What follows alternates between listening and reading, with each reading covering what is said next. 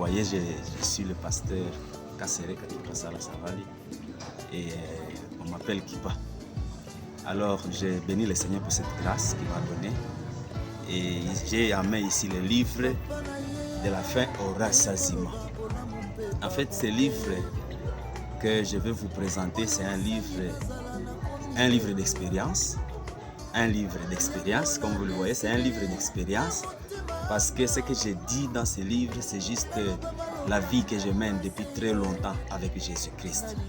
Alors, de la faim au rassasiement, c'est un livre que Dieu m'a inspiré afin de pouvoir donner des expériences que j'ai vécues avec lui, afin aussi de montrer les expériences que certains frères et sœurs ont vécues avec lui.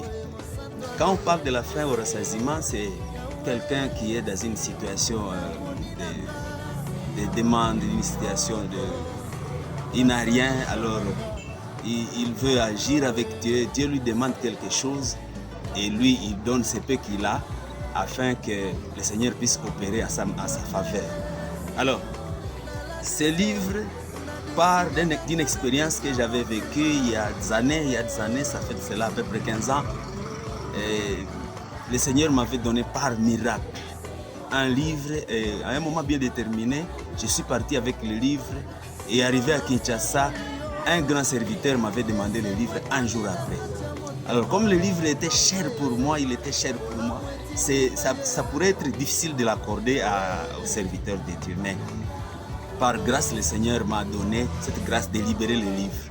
Et 2 semaines plus tard, Dieu m'avait remis le livre en question. Dieu m'avait non seulement les livres, mais aussi quelques pagnes et 4 autres livres. Alors je vais dire ceci. Quand je parle de la faim au rassasiement, je vais montrer seulement comment Dieu opère sur ceux-là qui semblent ne rien avoir. Il leur demande certaines petites choses afin de pouvoir tester comment ils vont réagir, comment ils vont lui donner ce qu'ils ont, afin que lui puisse remplir leur vie.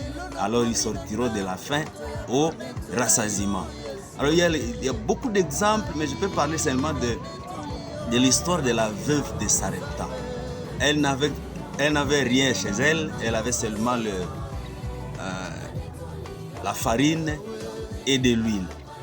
Et le serviteur de Dieu est arrivé là-bas, la Bible dit, il a demandé à la veuve, gloire à Dieu, la veuve était sensible à la demande du serviteur de Dieu. Et à cause de cet acte-là, Dieu a donné la vie, a donné le rassasiement, a donné l'abondance à cette veuve, à son enfant et au prophète Élie. Je voudrais seulement que tu saches que Dieu est capable d'agir.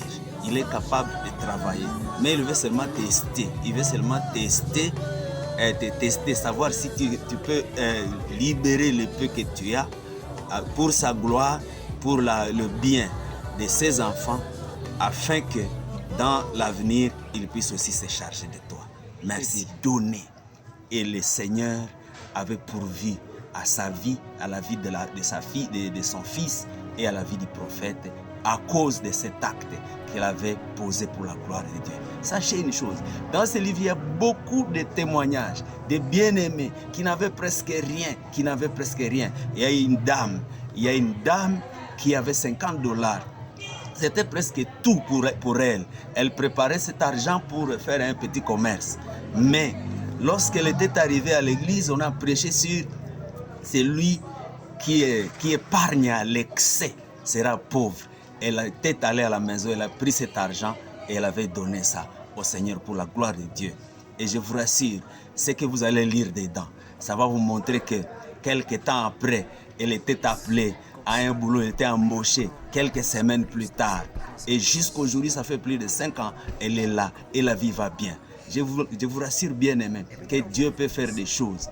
Il faut lâcher prise. Il faut accepter de libérer ce que vous avez. Si vous le faites, Dieu vous sera reconnaissant. Et il ne peut pas se taire. Il fait toujours du bien. Il vous remplira. Il vous enlèvera de la faim au rassasiement.